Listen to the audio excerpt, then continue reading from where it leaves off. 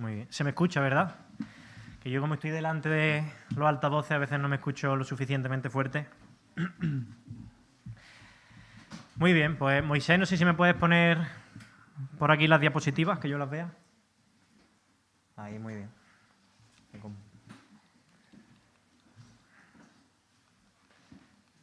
El pasador creo que no funciona. Sí, está encendido. Bueno, no pasa nada, si no os voy diciendo a vosotros, ¿vale? Muy bien. A ver. Vale, pon la primera. Hoy vamos a iniciar una serie de predicaciones sobre la epístola a los hebreos, después de haber acabado ya el libro de Génesis. Y mi tarea en el día de hoy es hacer una breve introducción a la epístola, ¿vale? Y por otro lado, comenzar a predicar sobre los primeros 3 versículos. Y la verdad que tengo que reconocer que estoy emocionado, porque sé que vamos a disfrutar muchísimo con esta serie de predicaciones. Y vamos a disfrutar porque no hay ningún otro libro en toda la Biblia que nos anime más que la epístola a los hebreos y que nos entusiasme más con la persona de Jesucristo. Y a modo de introducción, yo voy a comenzar dando una serie de detalles interesantes que generalmente las personas desconocen, pero que son muy importantes. Si tenéis vuestras Biblias, os animo a que las abráis por la epístola a los hebreos, la carta a los hebreos. Vamos a dar algunos detalles interesantes. ¿Puedes pasar a la siguiente diapositiva? ¿Tenéis la Biblia abierta por Hebreo? Vale, la primera pregunta. ¿Qué tipo de obra es esta que tenemos en nuestras manos? Esto que vamos a comenzar a estudiar. ¿Qué es? ¿Es una carta? ¿Es un evangelio? ¿Es una epístola?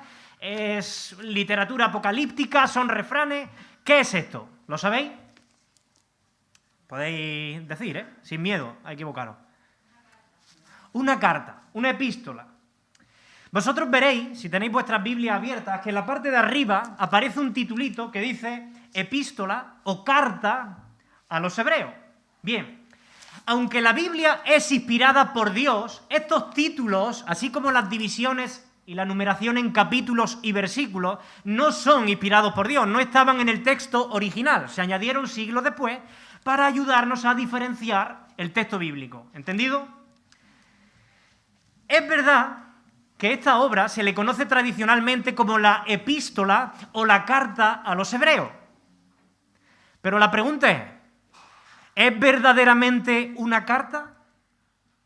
Porque todas las cartas bíblicas tienen una estructura muy definida.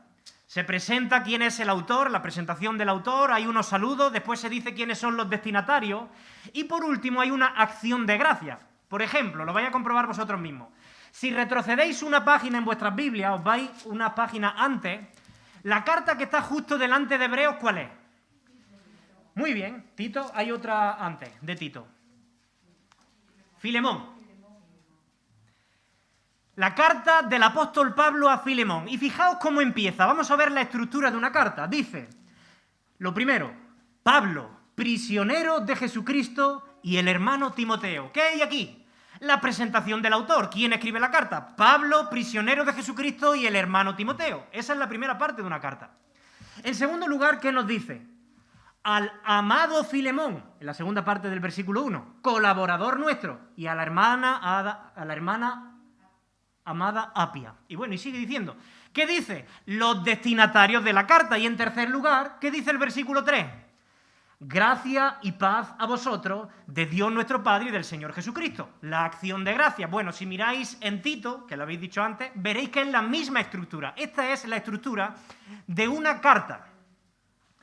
Sin embargo, si volvemos a Hebreo, que es la carta que vamos a ver hoy, vosotros veréis que no tiene ninguna de las partes que caracteriza una carta. No hay presentación del autor, no se dice quiénes son los destinatarios, no hay acción de gracia. Así que lo primero que vamos a aprender hoy es que Hebreos no es estrictamente una carta. Vaya. Y si no es una carta, entonces ¿qué es? A ver, yo sé que tradicionalmente se le ha reconocido como una carta y así la vamos a seguir llamando, ¿vale? Epístola o carta a los hebreos. Pero si no es estrictamente una carta, ¿qué es? Bueno, pues la mayoría de estudiosos se inclina a pensar que esta obra pertenece, atento, al género de la predicación. al sermón. Esto es una pasada. Lo que tenemos en nuestras manos es una predicación íntegra del siglo I. Es una joya. Y es una predicación poderosa y brillante, no solamente porque la ha inspirado el Espíritu Santo, sino porque el escritor es probablemente el escritor más elocuente de todo el Nuevo Testamento. Tiene el estilo y el griego más brillante de todo. Ahora, ¿queréis saber quién es el autor? Esto es sorprendente también.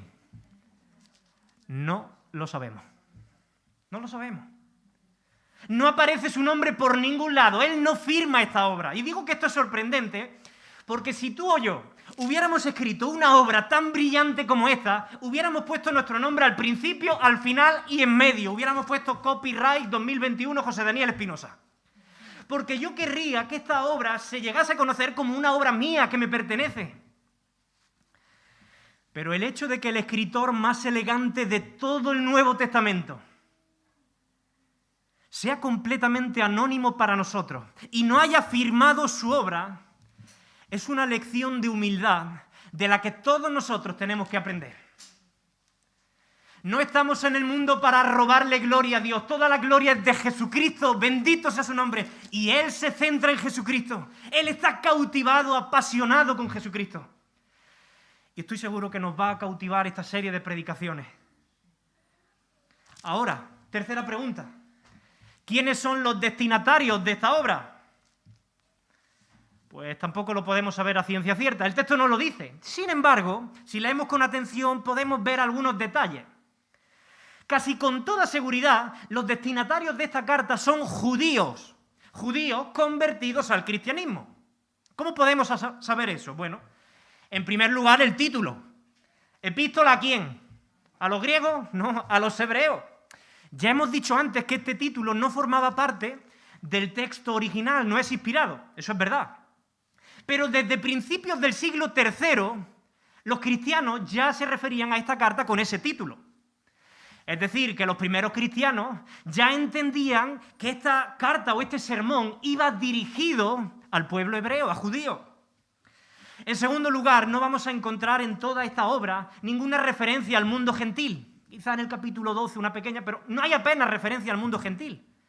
Todo está lleno de referencia a los judíos. En tercer lugar, el autor de Hebreos cita constantemente el Antiguo Testamento y cita la ceremonia judía, lo que presupone que los destinatarios estaban familiarizados con el Antiguo Testamento y con todas las ceremonias judías. Es obvio pensar que eran judíos. Y además, el autor de Hebreos usa constantemente el Antiguo Testamento como un argumento contundente, lo que hace suponer que los destinatarios aceptaban la autoridad del Antiguo Testamento como piedra de toque ante todo debate o controversia. Ahora bien, aunque la carta va dirigida de manera general a judíos convertidos al cristianismo, podemos ver varios grupos dentro de estos judíos, dentro de estos judíos conversos. Como en las iglesias actuales, no tenemos que sorprendernos.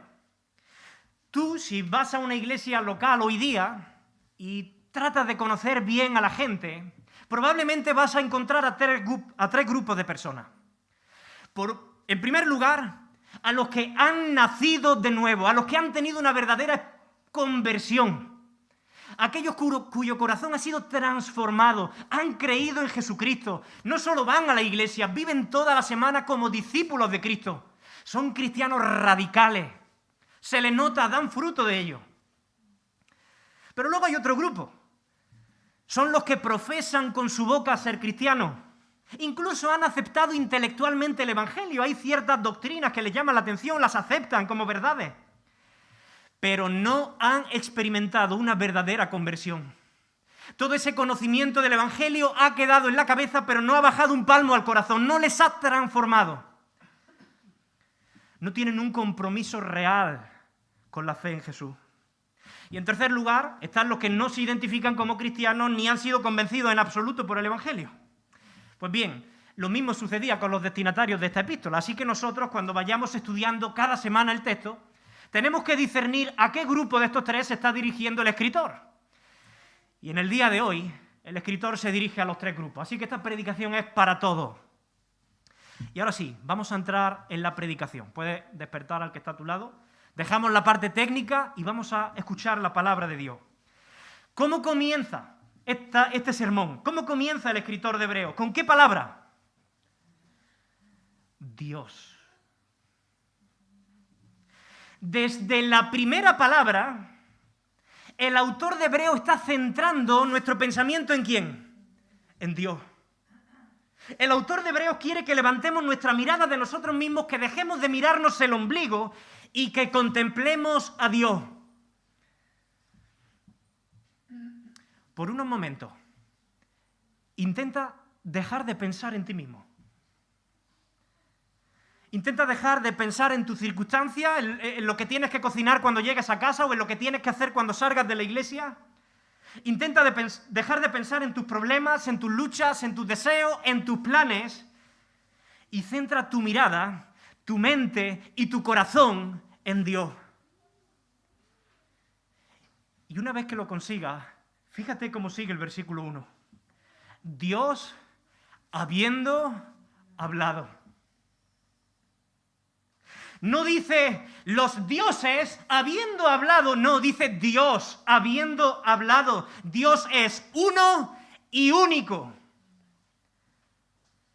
Y si Dios es uno y único, los demás que se hacen pasar por dioses no lo son. Serán manifestaciones demoníacas, serán creaciones de hombres, proyecciones de los hombres que hacen dioses a su imagen y semejanza conforme a sus deseos y pasiones, pero no son Dios.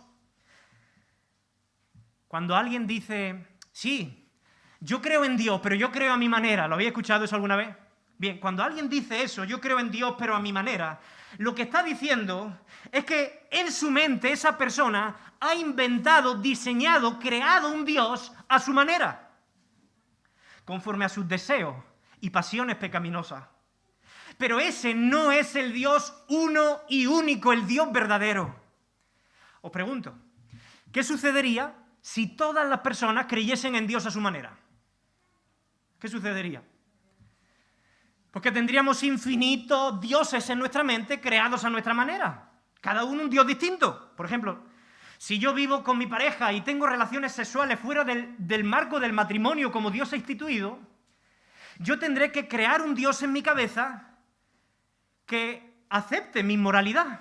Y yo tendré que decir, bueno, es que mi Dios no se mete en la cama de nadie, oye. Es que mi Dios no se mete en la vida privada de nadie. A mi Dios no le parece mal lo que yo hago. Si yo, por ejemplo, siento atracción por personas de mi mismo sexo, yo seré tentado a crear un Dios en mi mente que no vea mal las relaciones homosexuales.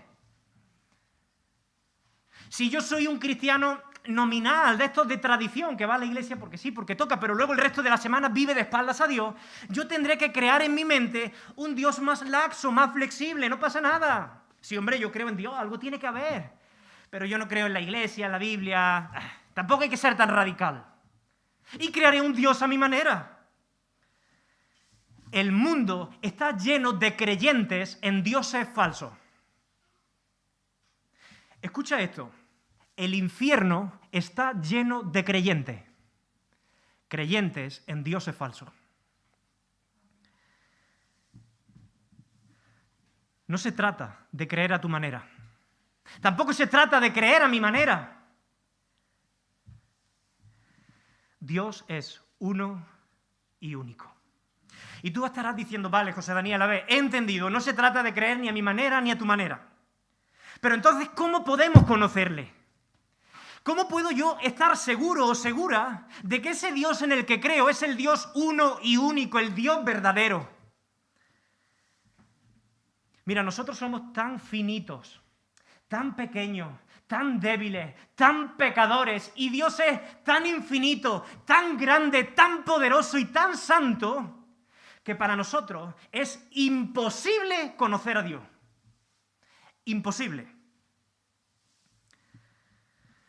Si a nosotros nos cuesta ya comprender las cosas del mundo natural, imaginaos tratar de comprender las cosas del mundo espiritual que van más allá de lo natural. La única forma de conocer a Dios es que Él decida revelarse a nosotros. Esa es la única forma. Para que sepamos algo sobre Dios, y no algo a nuestra manera, sino a su manera, necesitamos que Él nos lo diga. Nunca podríamos conocer a Dios a menos que Él se revelara, a menos que Él nos hablara. Pero ahora pon tus ojos en el versículo 1. ¿Qué dice? Dios habiendo hablado. Dios siempre ha querido darse a conocer. Sí, hay una forma en que tú y yo podemos conocer al Dios uno y único, al Dios verdadero, a través de lo que Él ha hablado. Pero escucha, si Él ha hablado, tú y yo tenemos un deber. Y nuestro deber no es filosofar, adivinar o especular sobre cómo es Dios. Nuestro deber es escuchar lo que Él ha hablado y obedecer. Ese es nuestro deber. ¿Quieres conocer a Dios? No a tu manera, sino a la manera de Dios. ¿Quieres conocerlo? Entonces, esfuérzate en conocer lo que Él nos ha revelado, lo que Él nos ha hablado. Y el hecho de que Él nos ha hablado nos enseña dos cosas muy interesantes. Hoy día muchas personas dicen, sí, yo creo en Dios. Yo creo que algo tiene que haber, porque de la nada nada surge, ¿verdad? Sí, algo tiene que haber, pero ya está. Dios tiene que estar en el cielo o donde sea que esté y nosotros estamos aquí y Él se ha desentendido de nosotros. Muchas personas tienen la mentalidad del Dios relojero. ¿Qué es eso? Un Dios que ha creado al universo, que lo ha puesto en funcionamiento, lo ha puesto en marcha, y como el relojero que diseña un reloj, lo pone en funcionamiento y lo deja en marcha, pero luego se desentiende de él. Hay personas que creen que Dios ha hecho el universo, lo ha creado, pero luego se ha desentendido de él, lo ha dejado a su ritmo, lo ha dejado en marcha. Pero Dios es lejano, Dios está ausente de nosotros. Pero el Dios que nos describe el autor de Hebreos no es un Dios lejano o ausente. Es un Dios que ha hablado, y no una sola vez, sino que dice el versículo 1 que lo ha hecho ¿cuántas veces?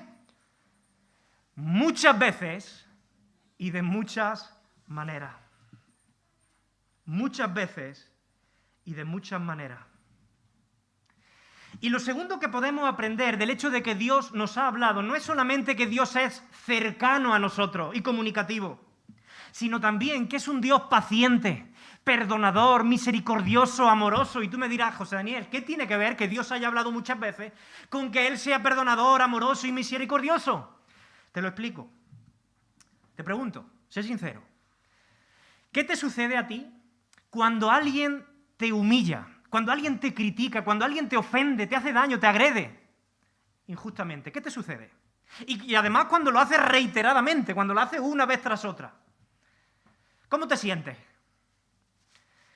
Pues te sientes naturalmente herido, dolido.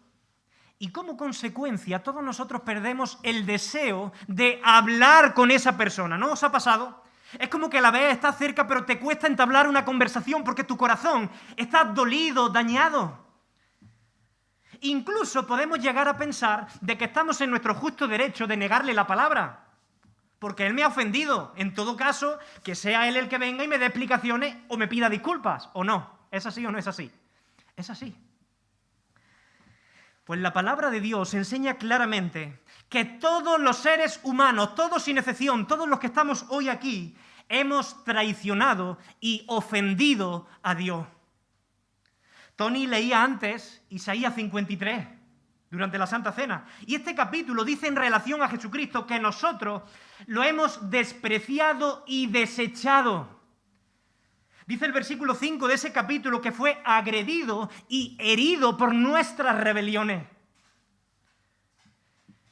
Él pudo negarnos su palabra. Él estaba en su derecho. Nosotros no merecíamos su palabra. Así que no puede dejar de sorprendernos que Dios, habiendo hablado muchas veces y de muchas maneras, Él no nos ha negado su palabra.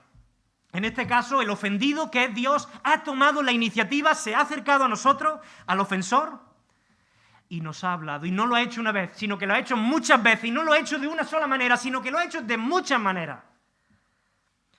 Y esta verdad nos demuestra que Dios es humilde, que Dios es paciente, que Dios es misericordioso, amoroso y que aún hoy desea recuperar su plena comunión contigo. Dios te está invitando a conocerle. Dios te está invitando a conocerle.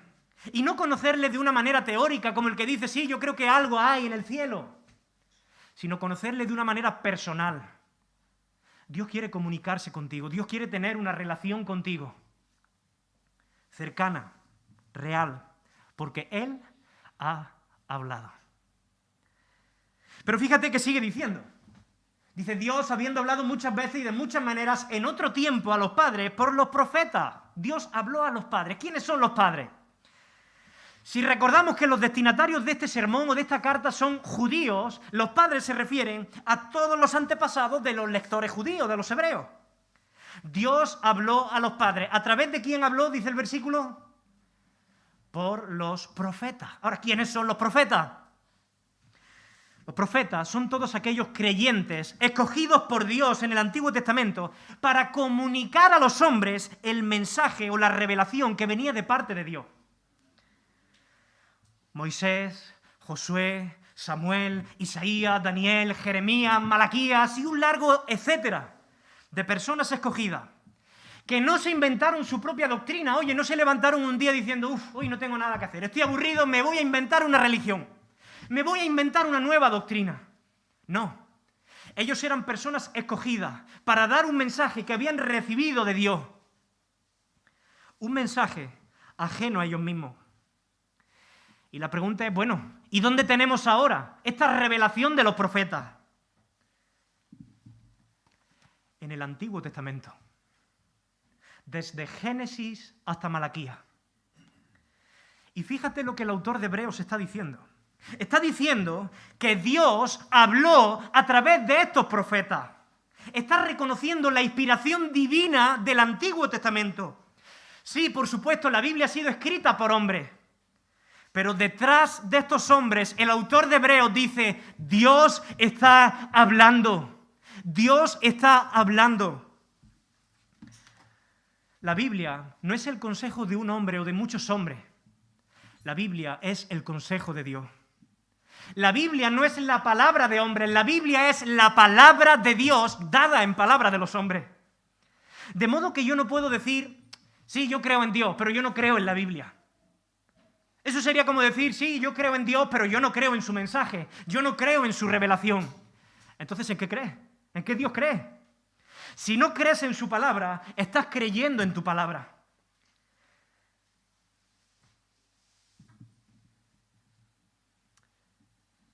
Si no crees en Él conforme a lo que Él ha revelado, entonces estás creyendo en un Dios a tu manera. Un Dios que no existe más allá de tu imaginación. Pero Dios ha hablado muchas veces. ¿Qué significa eso, que Dios ha hablado muchas veces? Significa que la revelación del Antiguo Testamento ha sido dada de manera progresiva, no ha caído del cielo de golpe. Ha sido dada de manera progresiva. A Moisés Dios le reveló algunas cosas. A David le reveló otra, a Daniel le reveló otra y así poco a poco. Ahora bien, si la revelación se daba por partes, eso significa que era fragmentaria, que estaba incompleta. En el Antiguo Testamento, aquellos profetas no tenían toda la revelación, tenían parte de la revelación. Y Dios no solo habló muchas veces, sino de muchas maneras. ¿Qué significa eso? Pues que a unos Dios le hablaba a través de sueños, a otros Dios le hablaba a través de visiones, a otros le hablaba a través de una voz audible, a otros a través de ángeles, a través de profetas. También que Dios nos habla a través de diversos géneros literarios. En la Biblia encontramos textos poéticos, textos sapienciales de sabiduría, refranes, textos de leyes, textos apocalípticos. Porque Dios quiere comunicarse con todo tipo de personas, de todas las formas posibles. Pero fíjate en el versículo 1. Dice que Dios habló muchas veces y de muchas maneras. ¿Cuándo? En otro tiempo. En otro tiempo. Dependiendo de la versión que tengáis, si tenéis una versión distinta, quizás dice en otras épocas o en épocas pasadas, en tiempos antiguos. Es decir, este tipo de revelaciones tan frecuentes y con todas esas formas tan distintas, visiones, sueños, voz audible, etc., eran comunes en un tiempo pasado. Pero ahora, en nuestro tiempo, ¿qué dice el versículo 2? Vamos a verlo, versículo 2. Dice, en estos postreros días, Dios nos ha hablado por el Hijo. ¿Qué significa en estos postreros días? Mira, esta expresión hace referencia al tiempo comprendido entre la primera venida de Cristo, cuando Él vino hace 2000 años, hasta el día final. Los judíos, si no lo sabéis, ellos dividían la historia en dos grandes dispensaciones. Por un lado estaba el tiempo presente, que ellos le llamaban, y por otro estaba la era venidera. ¿Habéis escuchado esa expresión en la Biblia? Así dividían ellos el tiempo presente, la era venidera. Y esa era venidera se iba a inaugurar con la venida del Mesías. Lo que el autor de Hebreos nos está diciendo es que esa era venidera ya no es algo futuro, no es algo que está por venir, es algo presente. Ya se ha inaugurado. Así que cuando tú estés leyendo la Biblia en tu casa o en la iglesia y te encuentres con esa expresión, los días postreros, los últimos días, no pienses que está hablando de un tiempo futuro que todavía está por llegar, ni siquiera de que está hablando de un tiempo justo antes de la segunda venida, no.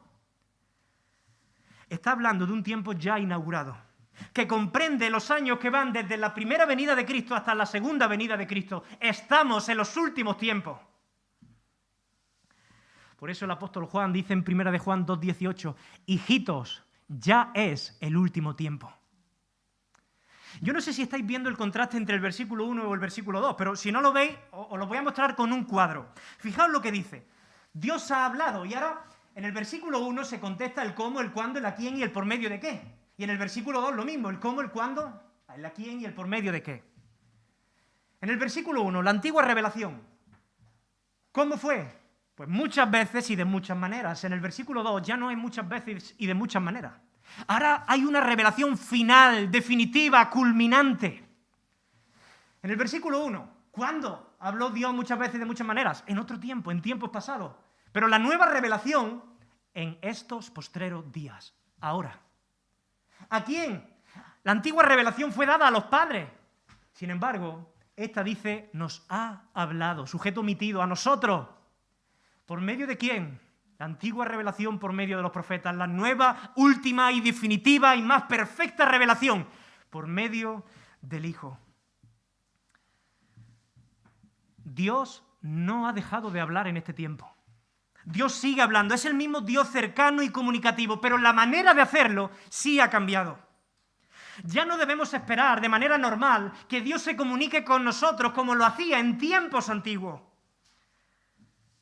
Porque Dios ahora se ha revelado, no de manera fragmentaria, no por partes, no por porciones, sino de una manera radical, total, absoluta, perfecta, completa, a través del Hijo. Los profetas del Antiguo Testamento recibieron muchas veces partes incompletas de la revelación de Dios. Si puedes pasar a la siguiente. Pero ahora Dios se ha revelado de una manera completa y final a través del Hijo. Eso es lo que dice el versículo 2. No debemos esperar nuevas revelaciones. Escucha esto. No debemos esperar nuevas revelaciones. Porque todo lo que Dios tenía que revelarnos para nuestra salvación, para nuestra santificación, nos ha sido revelado. Si hoy alguien se levantara y dijera, el Señor me ha hablado y me ha dado una nueva revelación que tenemos que añadir a la palabra de Dios, esa persona estaría blasfemando. Porque no necesitamos otra revelación aparte de Jesucristo. Todo lo que necesitas para tu salvación, para conocer a Dios verdaderamente, te ha sido dado en la persona de Jesús. Y ojo, porque no se trata solamente de que Jesús viniera como vinieron los profetas para entregarnos un mensaje de parte de Dios, no.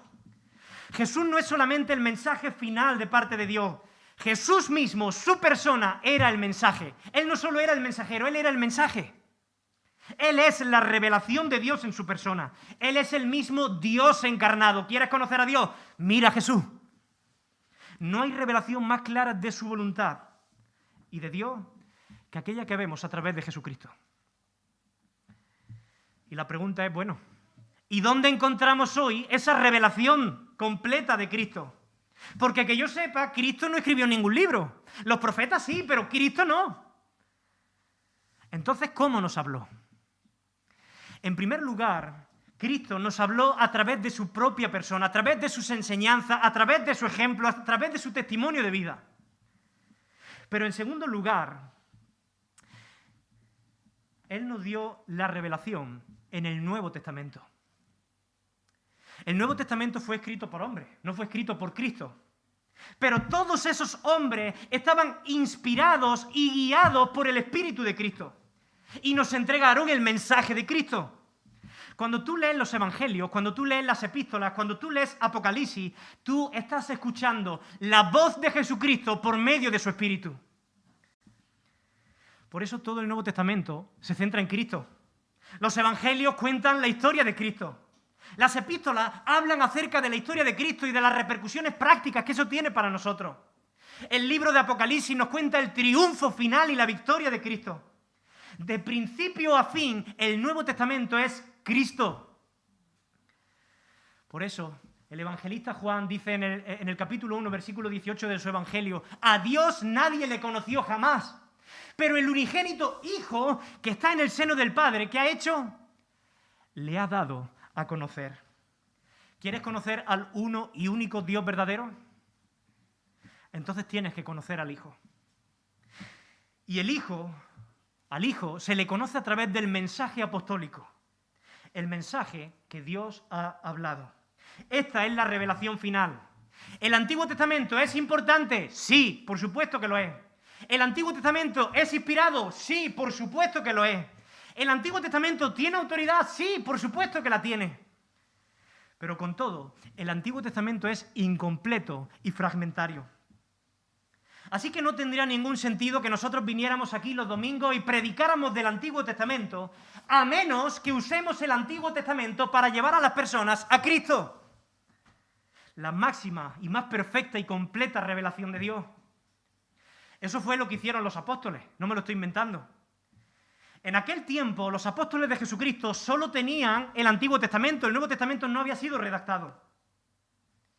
Pero ellos entendieron que el Antiguo Testamento era fragmentario, incompleto, y que Cristo había venido no para contradecir la revelación del Antiguo Testamento, sino para completarla, para perfeccionarla, culminarla. Así que atento, ellos, a pesar de que solo tenían el Antiguo Testamento, no predicaban del Antiguo Testamento. Predicaban de Cristo usando el Antiguo Testamento. Es distinto. Ellos no predicaban del Antiguo Testamento, predicaban de Cristo usando el Antiguo Testamento. Tú dirás, José Daniel, eso a mí no me suena, ¿eh? Te lo voy a demostrar. En Hechos 5:42, ¿qué hacía la iglesia primitiva? Dice, y todos los días en el templo y por las casas no cesaban de enseñar y predicar el Antiguo Testamento a Jesucristo. Usaban el Antiguo Testamento, pero predicaban a Jesucristo porque no hay mayor revelación, no hay un mensaje más importante que tú debas escuchar que Jesucristo. En Hechos 8:5, Felipe, ¿os acordáis? Este primer diácono de la iglesia primitiva dice, entonces Felipe, descendiendo a la ciudad de Samaria, les predicaba ¿qué? A Cristo. Y este mismo Felipe dice que cuando, no sé si recordáis la escena, cuando está en el desierto y se encuentra con este eunuco etíope que iba leyendo en su carro al profeta Isaías, ¿lo recordáis? ¿Sabéis qué fue lo que hizo? Dicen, siguiente versículo, entonces Felipe se subió al carro y abriendo su boca y comenzando desde esta escritura del Antiguo Testamento, le anunció el Evangelio de Jesús. Cristo, Cristo y Cristo. Yo quiero dirigirme ahora de manera especial a aquellas personas que nos ven por las redes sociales, que son de otras ciudades, otros pueblos, de otros países incluso. Si tú asistes a una iglesia en la que solo se habla del diezmo, de las ofrendas, de cómo te tienes que vestir, de a dónde puedes ir o a dónde no puedes ir, de con quién te tienes que relacionar, de cómo administrar tu dinero, de multiplicación, de estrategias de crecimiento, pero no se habla de Cristo, Cristo y Cristo, sal de esa iglesia, porque esa no es una iglesia de Cristo. Porque no hay otro mensaje más bello, no hay otro mensaje más poderoso, ni otra revelación más gloriosa e importante para nosotros que la que Dios nos ha dado a través de su Hijo Jesucristo. Y para convencernos de ello, el autor de Hebreos nos va a dar ahora las credenciales de este Hijo. Porque no es cualquier hijo, no es un hijo de Dios como nosotros nos decimos hoy día. Este hijo es diferente a todos los demás. Es importante escuchar su mensaje. ¿Por qué? ¿Por qué es importante escuchar al hijo? ¿Quién es este hijo a través del cual Dios nos habla? Vamos a verlo. Siguiente versículo. Vale, está bien. Dice en el versículo 2 que este hijo es el heredero de todo. Antes en la alabanza estábamos cantando: a Él sea la gloria y el poder, porque todo es de Él y para Él. ¿Lo recordáis? Él es el heredero de todo. Y mira, yo quiero que tú entiendas las implicaciones de esto. Cuando Dios creó el universo y todo lo que hay en el universo, ¿para quién lo creó? ¿Para nosotros? Para el Hijo. Nosotros somos los mayordomos de la creación. Nosotros nos sentamos en la mesa con nuestro amo, somos siervos dentro de la casa de nuestro amo, comemos en la mesa juntamente con él y seremos coherederos en la medida en que por la fe estemos en Cristo. Pero el mundo y todo lo que en él hay es del Hijo. Él es el heredero de todo, no solamente de la iglesia, no solamente de tu corazón. Todo le pertenece al Hijo. En Colosenses 1:16 el apóstol Pablo dice que todo fue creado por medio de él, del Hijo, y para él. Lo que tú llamas mi país, mi ciudad, mi pueblo, mi vida, mi tiempo, fue creado para el Hijo. Tú has sido creado por y para el Hijo. Y jamás vas a descubrir el verdadero sentido de tu vida mientras tú ignores esto o te resistas a asumir las implicaciones que esto tiene. No te perteneces a ti mismo. Perteneces al Hijo. Tu razón de ser, por tanto, no es la satisfacción de tus propios deseos, de tus propios planes. Es la satisfacción de los deseos del Hijo, de los planes del Hijo. Por eso el apóstol Pablo dice en Romanos 14:8, pues si vivimos, para el Señor vivimos. Si morimos, para el Señor morimos. Así pues, sea que vivamos o que muramos, del Señor somos. ¿Es esa tu convicción? Así que es indispensable escuchar lo que Dios nos ha hablado a través de este Hijo, porque Él es el heredero de todo. Pero no solo es el heredero, sigue diciendo que Él es... Sí, la de antes. Dice, y por quien asimismo hizo el universo, Él es el creador de todo. Cuando tú salgas a la calle, cuando tú estés en el campo, semana que viene, por cierto, iremos al campo como iglesia. Cuando tú estés en un río, en una montaña, y tú te quedes fascinado con la belleza del paisaje, recuerda, el que lo ha diseñado es el Hijo.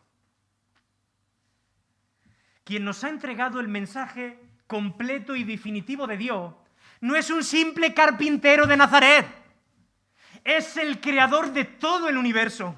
Quizás tú y yo podemos atrevernos a menospreciar o a ignorar la palabra de un simple carpintero. Pero ¿quién ignoraría el mensaje del creador del universo? Hay que estar muy loco para eso. En tercer lugar, dice el versículo 3, que este Hijo es el resplandor de su gloria. Mirad, el término resplandor solo aparece aquí en toda la Biblia, no se vuelve a utilizar. Y nos habla de cómo este Hijo es la única forma de conocer a Dios, porque Dios es invisible. Es otra forma de decir lo que dice el apóstol Juan en su Evangelio. A Dios nadie le vio jamás, pero el unigénito Hijo, que está en el seno del Padre, le ha dado a conocer. Es importante escuchar este mensaje del Hijo, porque es la única forma de conocer a Dios. No hay otra, no hay otro camino. ¿Lo estás haciendo? ¿Lo estás escuchando? La cuarta credencial, dice el versículo 3, dice, y la imagen misma de su sustancia. El Hijo no es solamente el resplandor de Dios, no solamente es una manifestación de Dios, es la misma sustancia de Dios, es la reproducción exacta de Dios. No es una imagen borrosa, no es una imagen defectuosa, es la imagen perfecta, la misma imagen de Dios. Jesucristo no es un ser inferior a Dios, Jesucristo es Dios. En palabras del apóstol Pablo, Él es la imagen visible del Dios invisible. Por eso Jesús dijo a sus discípulos, el que me ha visto a mí, ¿Ha visto a quién? Al Padre. Si el Hijo es Dios, ¿cómo no va a ser importante escucarle y conocerle? En quinto lugar, sigue diciendo el versículo 3, y quien sustenta todas las cosas con la palabra de su poder. Antes Laura en la oración mencionaba que Él sustenta la tierra y sustenta nuestra vida. El Hijo no es solamente el creador de todas las cosas. El Hijo no es solamente el heredero de todas las cosas. El Hijo es el que ahora mismo, en estos instantes, está sosteniendo las galaxias, el universo y tu vida. Quizás nunca lo has pensado, pero tu vida, en estos momentos tu corazón está latiendo porque el Hijo lo está sosteniendo. ¿Cómo no conocer y escuchar a un Dios así? Él te está hablando. En sexto lugar, Él es el que ha dado su vida por ti. Dice el versículo 3, que ha efectuado la purificación de nuestros pecados por medio de sí mismo. Mirad, el gran problema del hombre se llama pecado. El gran problema del hombre se llama pecado. El pecado es horrendo a los ojos de Dios. El pecado nos aparta de Dios, el pecado nos condena. El pecado que hay en tu vida y en la mía, por pequeño que a nosotros nos parezca insignificante, nos ensucia y nos aleja del Dios Santo. Hoy el mundo frivoliza sobre el pecado, se lo toma a broma, se ríe. Pero Dios no tendrá por inocente al culpable. Dice la palabra de Dios que el alma que pecare, esa morirá. En el Antiguo Testamento, los sacerdotes judíos, día tras día, estaban continuamente ofreciendo sacrificio tras sacrificio de animales por sus propios pecados y por los pecados del pueblo. Y cada animal muerto en aquel tiempo recordaba la gravedad del pecado y el fin que les espera a los pecadores: la muerte, el castigo y la separación de Dios. Pero esa sangre de los sacrificios de animales no nos limpiaba verdaderamente, no nos purificaba, era un símbolo solamente. Pero ahora, dice el autor de Hebreos, que este Hijo ha conseguido lo que todos aquellos sacerdotes con miles y millones de sacrificios de animales no consiguieron. Él lo ha conseguido. Ha efectuado la purificación de nuestros pecados. ¿Por medio de quién? ¿De un animal? Por medio de sí mismo. Jesucristo no solamente es el sacerdote, sino el sacrificio. Él ha derramado su sangre, escucha, Él ha derramado su sangre por tus pecados. Este sacrificio, por ser perfecto, puro, sin mancha, sin pecado, consiguió lo que ninguno de los millones de sacrificios del Antiguo Testamento consiguieron. El Hijo de Dios no solamente es el creador de todo, no solamente es el heredero de todo, sino que es también el único capaz y el único que está dispuesto a pagar el castigo que tus pecados y mis pecados merecían, para darte a ti y a mí la vida eterna que no merecíamos. ¿Cómo no escuchar un mensaje así? ¿Cómo no escuchar a este Hijo? Y en séptimo y último lugar, termina el versículo 3 diciendo que se sentó a la diestra de la majestad en las alturas. Mirad, lo más llamativo de esta declaración es que el Hijo, tras desarrollar su función sacerdotal, tras morir en la cruz del Calvario por nuestros pecados, dice el versículo que se sentó. Y esto marca un gran contraste con los sacerdotes del Antiguo Testamento. Yo no sé si sabía que en el tabernáculo o en el templo no había sillas para sentarse. ¿Por qué? Porque ellos nunca completaban su función. Ellos tenían que estar continuamente, día tras día, momento tras momento, sacrificando un animal tras otro. Porque esos animales no les purificaban para siempre. Nunca terminaban su función sacerdotal. Sin embargo, este Hijo cumplió plenamente su función sacerdotal y se sentó. Es como el que llega a casa después de un largo día de trabajo y dice: ¡ah, por fin! Terminé. Esa es la imagen. Y Él en la cruz del Calvario dijo: consumado es, he terminado, he acabado mi obra. Y no se ha sentado en cualquier lugar. Se ha sentado a la diestra de la majestad en las alturas, lo cual es una referencia a Dios el Padre. Y la diestra es el símbolo de poder y autoridad. Lo que el autor de Hebreos nos está diciendo es que Jesús está sentado en la misma categoría que el Padre. El Padre aceptó su sacrificio. Su provisión es completa y perfecta. Mira, no hay nada más que tengas que añadir. No tienes que añadir buenas obras, no tienes que añadir esfuerzos humanos. Él ha hecho una provisión completa. Lo único que necesita es acudir a Cristo. Mira, si tú que me escuchas hoy estás sin Cristo, no tienes esa seguridad de tener a Cristo en tu corazón, acude a Cristo. Refúgiate en Cristo. Si tú ya has conocido a Cristo de una manera personal y real, a este Dios uno y único, el Dios verdadero, tú necesitas seguir escuchándolo. Tú necesitas seguir oyendo su voz, relacionándote con Él de una manera íntima y personal a través de su palabra. Pero si tú no tienes a Cristo en tu corazón, no hay otro mensaje que tú debas escuchar antes que este. Oye al Hijo a través de su palabra. Cuando tú vengas a la iglesia, cuando estés en tu casa y abras la palabra de Dios, hazlo para relacionarte con Cristo, porque Él te está hablando. Si tú no tienes a Cristo en tu corazón, yo quiero decirte algo. Desconfía de ti. Desconfía de ti. No creas en Dios a tu manera. No hagas un Dios a tu imagen y semejanza, porque ese sería un Dios que no tiene poder para salvar. Solo Cristo salva. Solo hay un nombre dado a los hombres, dice la palabra de Dios, en el cual podemos ser salvos: Jesucristo.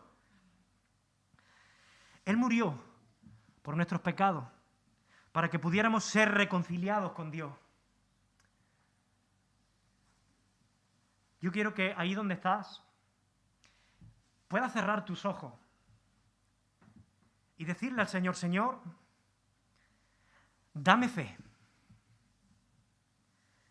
Quiero arrepentirme de mis pecados. Reconozco que soy un pecador que ha tratado de creer a mi manera, rechazando tu revelación.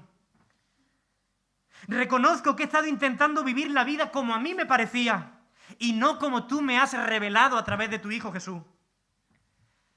He fracasado, Señor, y mi única esperanza es Cristo. Sálvame, Señor. Este Hijo es el profeta y portavoz definitivo de Dios para los últimos tiempos. Él es el gran sacerdote que nos purifica de nuestros pecados y que intercede cada día por nosotros. Este es el Rey que lo ha creado todo, el heredero de todo, el que sustenta todo el universo, el que está sentado en su trono.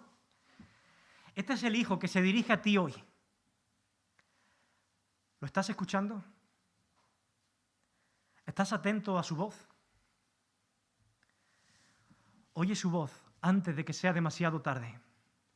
Como dice la palabra de Dios, si oyereis hoy su voz, no endurezcáis vuestros corazones. Que el Señor bendiga su palabra. Amén, Señor.